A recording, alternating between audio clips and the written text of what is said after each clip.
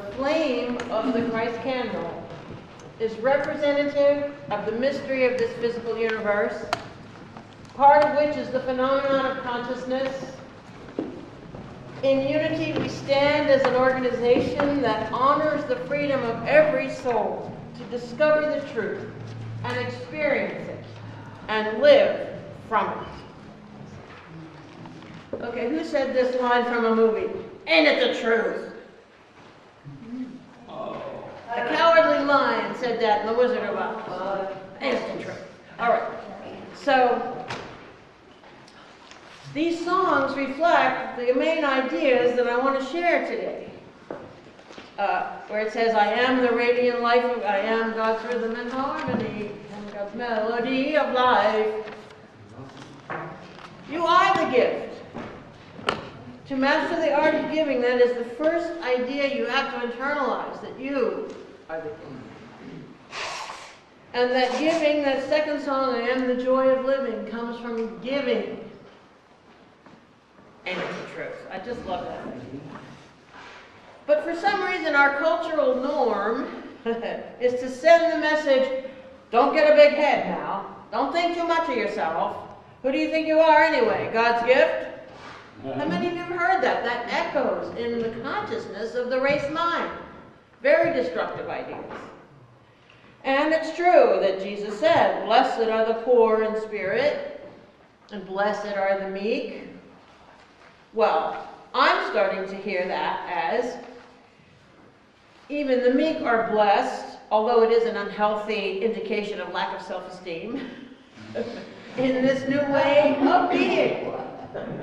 You get it? You know, blessed are the poor in spirit, even though they should be filled with the joy of living, for theirs is the kingdom of heaven.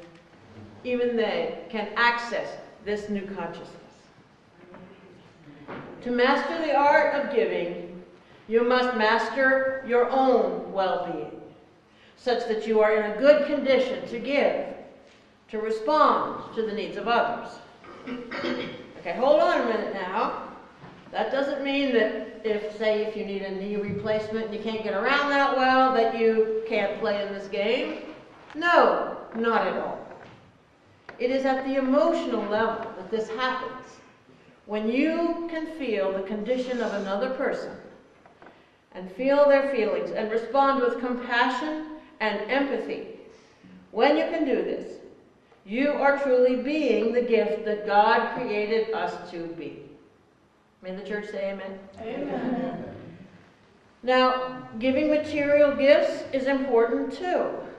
And I want to say, why do we withhold gifts until it's a birthday, or it's a Christmas, or it's a Mother's Day, or it's a special day?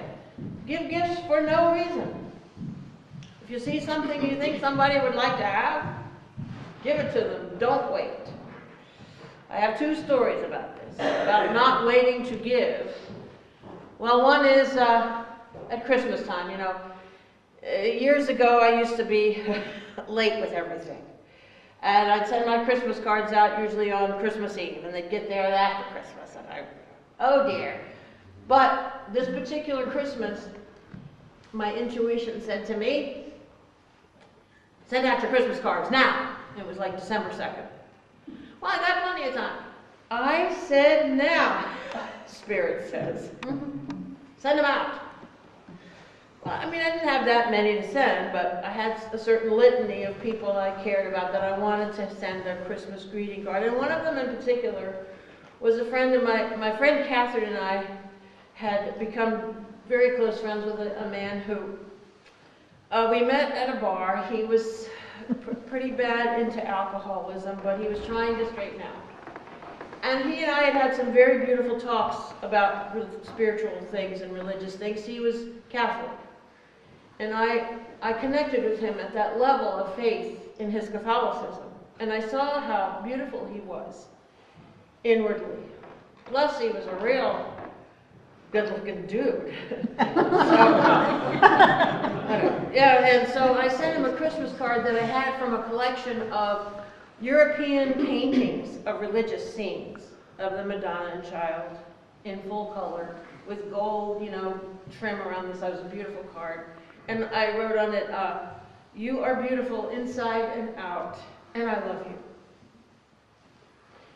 Okay, so several days later, he got into a fight, and he fell against a stone hearth and died. And when my friend Catherine went into his room, he was renting a room in her house, the first thing she saw was that card on his dresser, opened up and standing there. Thank God. I just marveled at that.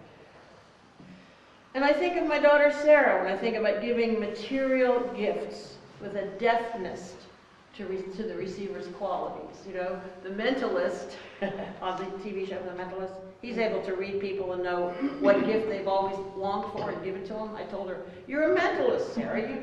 You should do this." She herself, her tastes, her aesthetics run with black leather and some of those hard rock bands. I can't even think of the name. She used to go to those hard rock concerts, and she loves the biker culture, and she's into the Celtic religion and the earth-based spirituality and blah, blah, blah.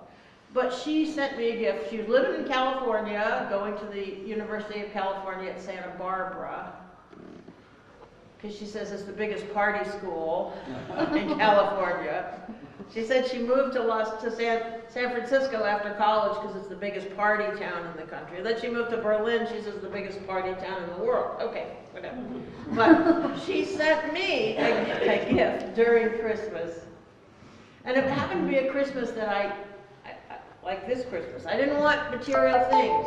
Like, why do we have to be so compulsive about giving all these gifts to each other? So this gift arrived in the mail. I didn't open it right away. When I opened it, it was a big sterling silver filigree cross with a garnet in the middle, my birthstone garnet, and on a long, beautiful chain, just nice length for me. And she knew that imagery that had to do with spirituality was all I really cared about to wear on my person. And she picked that out for me. I wept when I saw it. It was so beautiful. She knew how to give a gift to really gratify the desires and the identity of another person. That's a quality we can all cultivate. It's a very beautiful thing. But you must take care of yourself to take care of others. In order to be available to others, to minister to others, you have to have your own needs managed so that they don't drive you. Now notice I didn't say you have to have your own needs met. Because what if, you have a yearning for a partner, you have a yearning for a career that takes years to train for. You're not going to have that need met, every day, instantly. But you can have it managed so that you're available to the needs of others. And you're not always thinking about your need, and it's not driving your focus, your attention, your references, your conversation. And how do you manage your own needs? It's a life skill that we need for any kind of functioning, not just giving. Hey, but wait a minute. Do we ever do anything else in life, really, than give? I don't think so. Here is where our basic principles show up to answer the question, how do I get my psychological and physical needs met? Okay, number one, because the first basic principle is God is absolute good. Well, because God is all good, I can trust that all that I need is in hand. So I don't have to worry. In fact, this is almost a contradiction. How do I get my needs met? By giving up worrying about getting them met. Number two, because I am the Christ, I am the very love of God in embodiment. So you don't need to fix yourself. You don't need to assume some position. You don't need to adopt a skill. You are the Christ in expression. And you already have all that there is to share with another person for support and giving of yourself. Now, here's the third one, is about my thoughts create my reality. I am responsible for how I respond to circumstances, and I recognize that they only have the power that I give them. So you don't have to be caught up in a story about your unfortunate circumstances or your lucky circumstances. You know, you can let that go and be fully present in the moment. You might be noticing that each one of these ways of getting your psychological and physical needs met, it turns out to be a really neat affirmation like this one. I am responsible for how I respond to circumstances, and I recognize that they only have the power that I give them. Isn't that a great affirmation? Well, guess what? For your Mother's Day present, I printed all these statements up on a half page. This is cardstock. They're all out on the breezeway table, and on the back of them is your greeting, Happy Mother's Day. Yay. They didn't all print up. Take one home with you, put it on your mirror, and affirm these statements when you want to. Now the third one, we commune with God in the silence. For us that says, I draw on the source of renewal to maintain my awareness of my connection with, okay, what are we going to call it? I'm calling it the allness. The allness. The universe is no longer a universe, it's a multiverse. Spirit, let's just include everything. So I maintain my connection with it by having that time in meditation in the silence. The source of renewal. And then, our fifth principle, it's not enough to do these things, you got to practice them. So the statement is, my dynamic choices bless everyone I meet.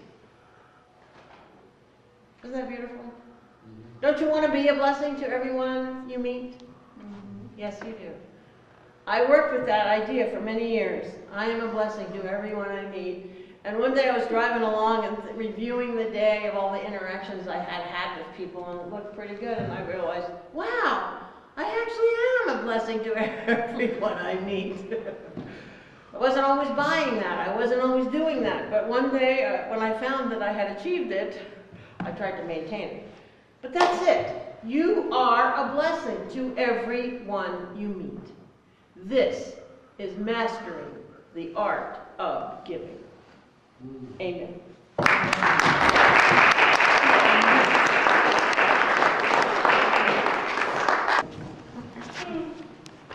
Well, our time for spiritual communion is this meditation in the silence when we turn within and open our entire being to the awareness of truth.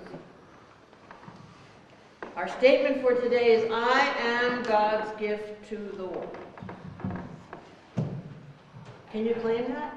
Can you say that? All right. So let's turn within then. Take some huge, deep breaths. Inhale. And fill our lungs and our entire being with the breath of God. Allow our bodies to relax as we praise them and appreciate them for the marvelous pattern of divine life that they hold. Our hearts pure and satisfied, attuned to the vibration of divine love. Our minds filled with light that actually crowds out any static, any concern, any limited idea, and our minds filled with light.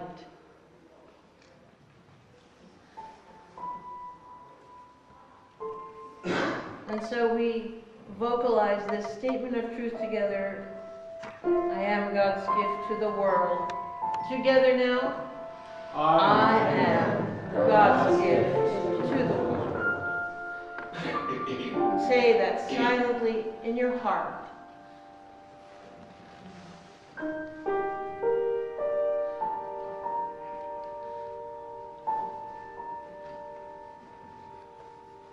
And as we go forth to give ourselves as God's gift, we're energized. We're inspired to play, to dance, to create joy, to smile, to laugh, to love. Our touch is always healing and gentle. Our presence is always accepting, understanding.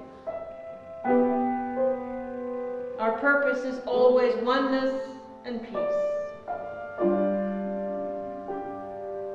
As we rest now in the silence.